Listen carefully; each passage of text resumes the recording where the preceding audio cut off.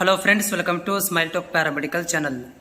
Friends, ಈಗಾಗಲೇ B S nursing option entry start ಆಗಿದೆ. ನಾಳೆಗೆ ಅದು B S nursing option entry close ಆಗುತ್ತೆ.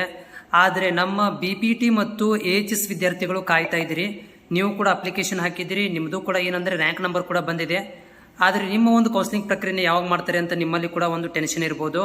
ಸೊ ಅಂಥ ವಿದ್ಯಾರ್ಥಿಗಳಿಗೆ ಒಂದು ಏನಪ್ಪಾ ಅಂತಂದರೆ ನಾ ಸ್ಪಷ್ಟವಾಗಿ ಹೇಳಕ್ಕೆ ಬಯಸ್ತೇನೆ ಏನಂತಂದರೆ, ಸೊ ಇದರ ಬಗ್ಗೆ KE ಸಪ್ರೇಟಾಗಿ ಒಂದು ಕೌನ್ಸಿಲಿಂಗ್ ಪ್ರಕ್ರಿಯೆಯನ್ನು ಮಾಡ್ತಾರೆ. ಯಾಕಂದರೆ ಈಗಾಗಲೇ ಫಸ್ಟ್ ರೌಂಡ್ ಮುಗಿದಿದೆ ಅಂದಮೇಲೆ ಇದರಲ್ಲಿ ಆ್ಯಡ್ ಆಗೋದಿಲ್ಲ. ಓಕೆ, ಇನ್ನೂ ಏನಪ್ಪ ಅಂದರೆ ನೀಟದ್ದು ಕೌನ್ಸಿಲಿಂಗ್ ಇದೆ, ಮೆಡಿಕಲ್ ಕೋರ್ಸ್ಗಳದ್ದು ಇನ್ನೂ ಪೆಂಡಿಂಗ್ ಇದೆ. ಇನ್ನು ಮೇ ಬಿ ಅದರಗಳ ಜೊತೆಗೆ ಅವಕರ ಜೊತೆಗೆ ನಿಮ್ದು ಏನು ಮಾಡ್ಬೋದು ಅಂತಂದರೆ ಈ ಅಲೈಡ್ ಸೈನ್ಸನ್ನು ಮತ್ತು BP8 ಸೇರಿಸ್ಬೋದು. ಸೊ ಹೀಗಾಗಿ ಅವುಗಳ ಒಂದು ನೋಟಿಫಿಕೇಶನ್ ಬರೋ ತನಕ ನೀವು ಕಾಯಬೇಕಾಗುತ್ತೆ. ಅವುಗಳ ನೋಟಿಫಿಕೇಶನ್ ಯಾವಾಗ ಬಿಡ್ತಾರೆ ನೋಡಬೇಕು ಇವಾಗ. ಯಾಕಂದರೆ ನೀಟದ್ದು ಕೂಡ ಒಂದು ಕೌನ್ಸಿಲಿಂಗ್ ಬಾಕಿ ಇದೆ. ಸೊ ಅದ್ರ ಜೊತೆಗೆ ನಿಮ್ಮ ಒಂದು AHS ಮತ್ತು BP8 ಸೇರಿಸ್ತಾರೆ ಅಂತ ಕಾದು ನೋಡಬೇಕು. ಯಾಕಂದರೆ ಇನ್ನೂವರೆಗೆ ನಿಮಗೆ ವೆರಿಫಿಕೇಶನ್ ಸ್ಲಿಪ್ಪನ್ನು ಬಿಡಬೇಕು. ಆಮೇಲೆ ಭಾಳಷ್ಟು ವಿದ್ಯಾರ್ಥಿಗಳು ಹೆಸರು ಮಿಸ್ ಆಗಿದೆ, ಆಮೇಲೆ ಅವರು ಟಿಕ್ ಮಾಡಿಲ್ಲ, ಎಕ್ಸಾಮ್ ಬರೆದಿದ್ದಾರೆ, ಆಮೇಲೆ ಅವರು ಇದನ್ನು ಅಪ್ಲಿಕೇಶನ್ ಕೂಡ ಹಾಕಿದ್ದಾರೆ, ಆದರೆ ಅವರು ಅಲೈಡ್ ಹೆಲ್ತ್ ಸೈನ್ಸಿಗೆ BP8ಗೆ ಟಿಕ್ಕನ್ನು ಮಾಡಿಲ್ಲ. ಅಂಥ ವಿದ್ಯಾರ್ಥಿಗಳು ಕೂಡ ಪ್ರಾಬ್ಲಮನ್ನು ಸಾಲ್ವ್ ಮಾಡಬೇಕು.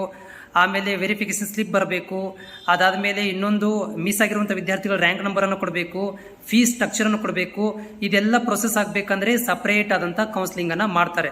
ಸೊ ಉದಾಹರಣೆಗೆ ನಾವು ಹೋದ ವರ್ಷನೂ ಕೂಡ ಏನಾಗಿತ್ತು ಅಂತಂದರೆ BS ನರ್ಸಿಂಗ್ ಕಂಬೈನ್ ಮಾಡಿದ್ರು. ಯಾಕಂದರೆ BS ನರ್ಸಿಂಗ್ ಹೋದ ವರ್ಷ ವರ್ಷ 2000 ಇದರಲ್ಲಿ ಏನಪ್ಪ ಅಂದರೆ 22ರಲ್ಲಿ ಕೂಡ ಸಪ್ರೇಟಾಗಿ ಮಾಡಿದ್ರು. ಆದರೆ ಈ ಹೋದ ವರ್ಷದಿಂದ ಏನಾಗಿದೆಯಪ್ಪ ಅಂತಂದ್ರಲ್ಲಿ ಎಂಟ್ರೆನ್ಸ್ ಎಕ್ಸಾಮ್ ಆಗಿರೋದರಿಂದ ಸೊ ಏನು ಮಾಡಿದ್ರು ಅಂದರೆ ಸಪ್ರೇಟಾಗಿ ಒಂದು ಕೌನ್ಸಿಲಿಂಗ್ ಪ್ರಕ್ರಿಯೆಯನ್ನು ಮಾಡಿದರು.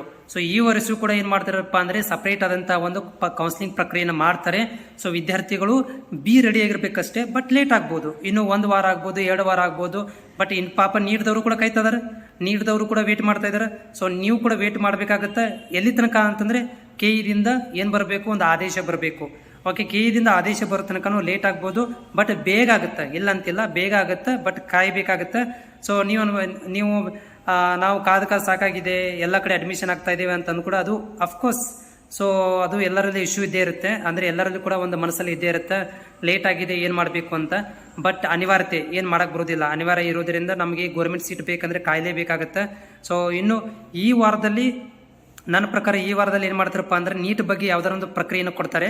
ಆ ನೀಟ್ ಜೊತೆಗೆ ಏನಾದರೂ ನಮ್ಮ ಅಲೈಡ್ ಸೈನ್ಸ್ BP8 ವಿದ್ಯಾರ್ಥಿಗಳಿಗೆ ಒಂದು ಗುಡ್ ನ್ಯೂಸ್ ಏನಾದರೂ ಕೊಡಬಹುದು ಅಂತ ನಾನು ವೇಟ್ ಮಾಡ್ತಾ ಇದ್ದೇನೆ. ನೋಡೋಣ ಏನಾಗುತ್ತೆ ಅಂತ. ಅದರ ಜೊತೆಗೆ ನೀವು ಟೆಲಿಗ್ರಾಮ್ದಲ್ಲಿ ಕೂಡ ಜಾಯ್ನ್ ಆಗ್ಬೋದು. ನಮ್ಮ ಟೆಲಿಗ್ರಾಮ್ ಲಿಂಕನ್ನು ಡಿಸ್ಕ್ರಿಪ್ಷನ್ದಲ್ಲಿ ಹಾಕಿರ್ತೇನೆ. ಜೊತೆಗೆ ನಾನು ಸಂಜೆ 5:30 ನಂತರ ಲೈವಲ್ಲಿ ಬಂದಿರ್ತೇನೆ. ನಿಮ್ಮ ಮನಸ್ಸಲ್ಲಿ ಏನಾದರೂ ಡೌಟ್ ಇದ್ದರೆ ಕೇಳ್ಕೋಬೋದು.